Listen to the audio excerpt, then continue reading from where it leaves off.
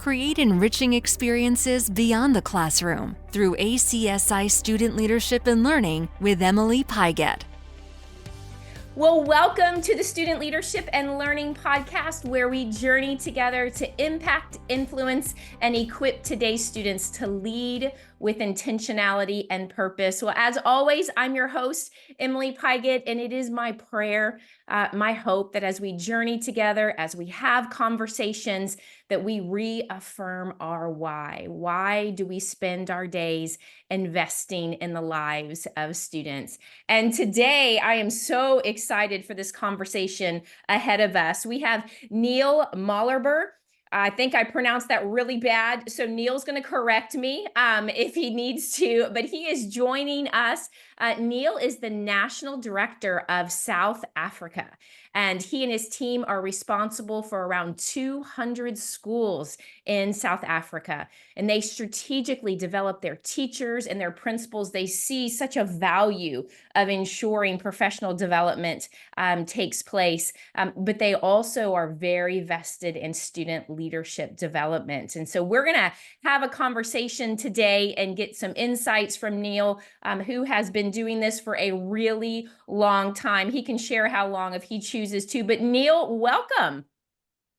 Thank you so much, Emily. It's a real privilege to be with you, and such are the wonders of modern technology that here we can be speaking to each other across continents and many thousands of miles apart. And it's wonderful to be with you today. Absolutely. I love it. I love that we can have this conversation today and then share it with our educators around the globe. So, Neil, talk us through some of the cultural challenges your students are facing. Now, oftentimes we think that we have this corner of the world, and what our students are involved in or engaging in is just happening in our realm. But what are some challenges your students are facing today? Yeah, it's a good question, because in so many ways, the students that we have here in South Africa are very similar to those that you might find anywhere else in the world, in America or in international schools. And I think if one digs down a little bit, much of that is what I think even we as adults have to deal with, and that's the whole thing of comparison and competition and who's in and who's out and who wears the cool clothes and who gets the most likes on social media. And so I think that many of the challenges that our students are facing are exactly the same as your students or any students across the world.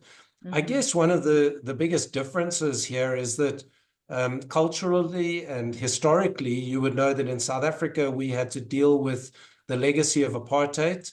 And although that's been abolished, if I can put it that way, for the past 30 years, and we like to refer to the new South Africa as in the kind of post-apartheid South Africa, democratic South Africa. I think many of the legacies of what happened during that time are kind of still floating in the sphere, if I can put it that way. And many of our schools have to deal with the after effects of what happened during that time. And I suppose probably what I could say is that many of the leaders in our schools and many of the teachers in our schools are still trying to help their students navigate the after effects of what happens in a kind of post-racial, if I can put it that way, society. And maybe there are lessons which other schools across the world can learn. And that is probably, if I could say that, don't avoid the big issues.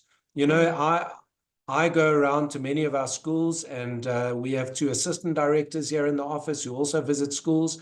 And one of the things that we speak about is this whole idea about biblical worldview. And we always pose the question of, what are the big questions that your students are grappling with? And we encourage our educators and our leaders in those schools not to avoid the big questions, but actually to take them as a challenge and actually say, what are the big questions? And some of those are around race. Some of them are around gender or sexuality.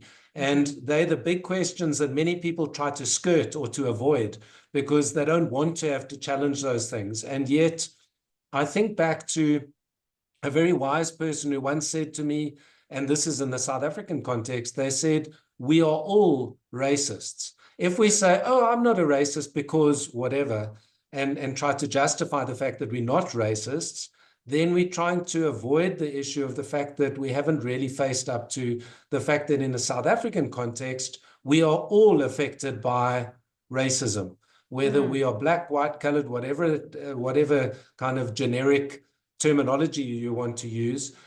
And yet, if we can say that because of my background, I have a kind of, there's something in me that still has questions about who am I as a white person or as a black person or colored person, and what kind of questions does that raise? And so that's a very long way of saying that I think that the students in our schools still have many of those kind of issues that are unresolved and that they want to question, they want to grapple with.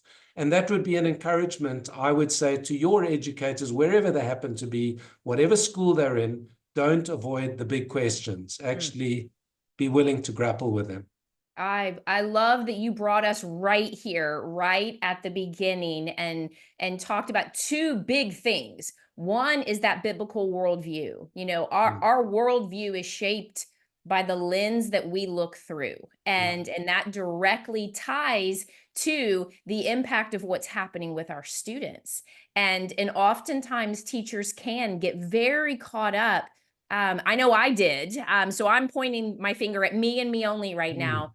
Very caught up in the academic rigor, and which we should. We want our Christian schools to be academically excellent, but we don't leave the margin to grapple with the tough questions, because our students, you know, they don't necessarily need us for information anymore. They can find that readily available, but they do need us for wisdom, discernment, and how to interpret what they're seeing with the lens they're looking through in the world. So very wise, what you just took us through today. Now, thinking about student leadership, what role should there be in a school for student leadership? Or maybe the better question is, should there be designated time spent on student leadership development in a school, in your opinion? Yeah, definitely. You know, we have an interesting context here in South Africa in that we have quite a deep-rooted, because of again, the historical and political background, quite a deep-rooted colonial background, mainly through the British education system. And so those of you who know anything about that system, and perhaps there are even some schools in America that are still those very old traditional schools, we have a system in many of our schools of prefectship. In other words, that once you get to 12th grade, you are elected to a position of authority. And there are two different systems in South Africa. Let me chat very briefly about the benefits of a system of leadership such as that it's not just the cool people that get elected, but actually over a number of years, their peers within the school, and those go even through the junior grades, can actually see the people that they value. And I think in a Christian school environment, that is often, those leaders are often seen as the servant leaders, you know, the people who actually acknowledged a little 8th grade or 7th grade in the school and said, hey, how was your sport? And I saw you did so well the other day. And more often than not, those are the people who are really respected for all the right reasons. They're not just there because they dress cool or they've got the fancy car or or mom or dad pay a lot towards the school or whatever it happens to be. So I think there's a real value in the seniors in the school going through a process. Forgive me for speaking in our term and not process, but the process of actually earning that right to have a leadership position. We also, within the South African context, have many of our schools who have what are called an RCL, and that's a representative council of learners, and that starts from a junior grade. So people within each grade are elected to a position where they can represent that grade on the RCL, and therefore they are kind of growing into a position of leadership throughout, even from 7th grade all the way through to 12th grade. And many of our schools are really intentional about speaking to them about what does it mean to be a leader in a school. And it's not that you've arrived, so to speak, that you are somehow put on a pedestal, but that you are reminded the whole time that as Jesus did, it's about washing the feet of those lower than you, if I can put it that way, Yes. and really being there as a servant leader in that environment. So critical, and we really do place, many of our schools, I'd say most of our schools, place a really high priority on developing leaders within their schools. You unpacked so much there. I love how you use the phrase growing into leadership. You know, leadership, there's a journey that takes place with a leadership role. And oftentimes we thrust them in and expect them to be ready when really it's about a process of succeeding and falling flat on your face. We've all had those moments. We didn't handle a situation well. We should have we said the wrong thing, or we reacted and we shouldn't have. You know, those are real life moments of learning in student leadership. And you also said something else, and I love it. And I don't want to miss this part. You said earning the right to lead. Oftentimes, and we as educators have to remember that we want respect to be given. We want it naturally, but the reality of it is the relationships that we build with our students, the respect that we want, that's earned. And we have to model for our students that even we have to earn the right to lead. Such good, wise nuggets, Neil. Now thinking of, I love to dream big. You know, you do as well with what you do and how intentional you and your team are with the development of your teachers and your principals. It's very obvious that you dream big and you fully understand the impact of an educator. But what would you say to an educator who desires to pour into this generation, but they aren't sure if their efforts are actually making a difference?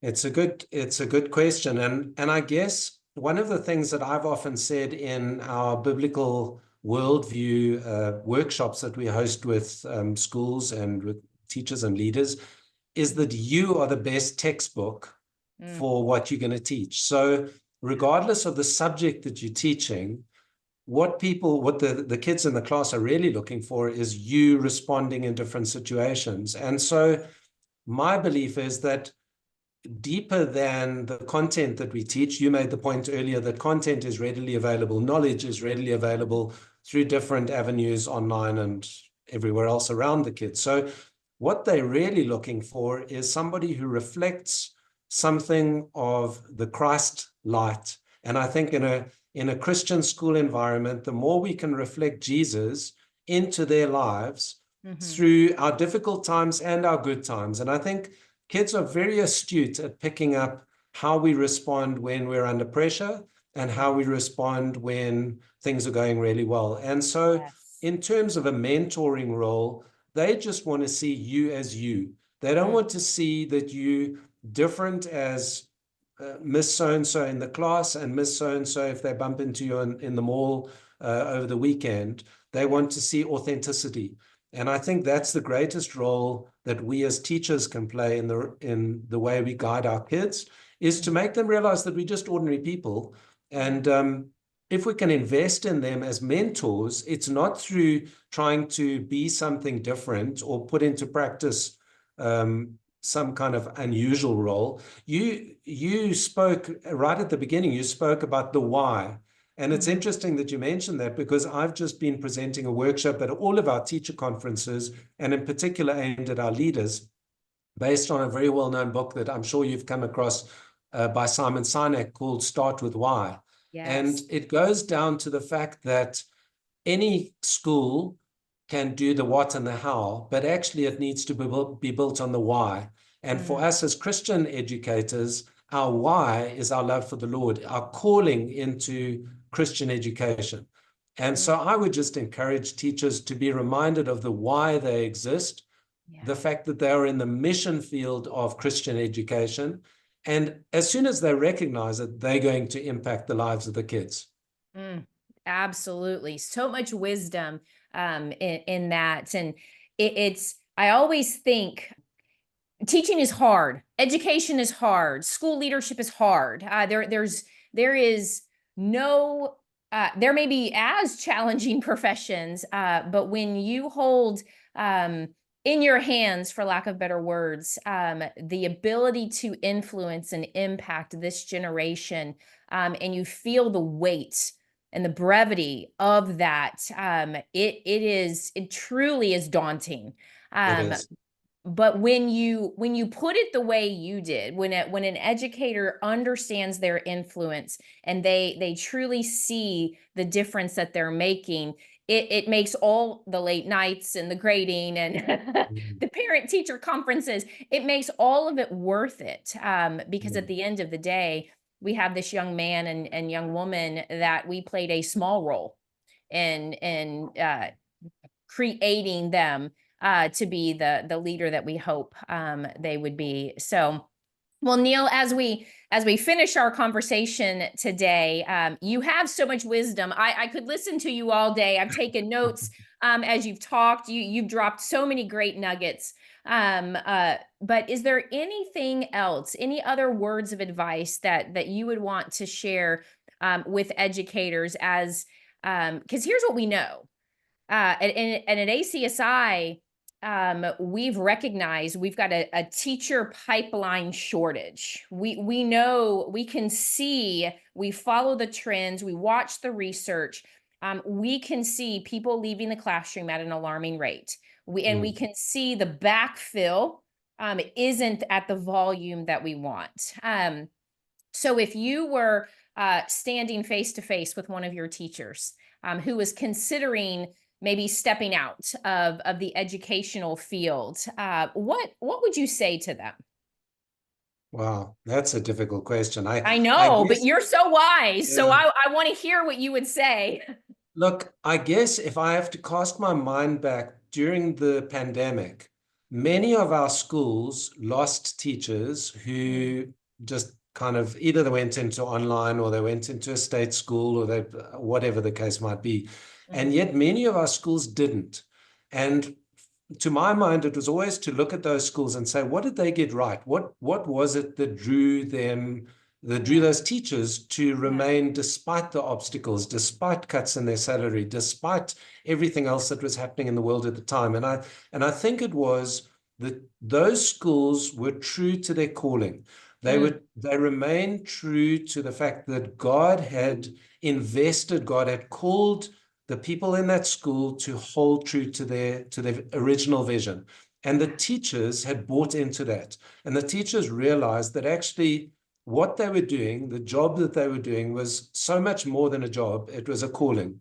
It was, as I mentioned earlier, it was being called into the mission field of education to make a difference in the lives of future generations and the generations that came after that. Because, once we sow a seed and we help to water it, God does the rest.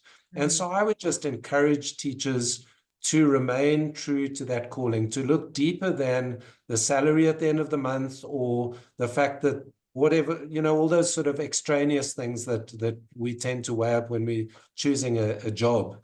This is more than a job. mm, And so I would say probably the greatest thing, I always think that the greatest verse in the Bible is that very short verse that says, God is love.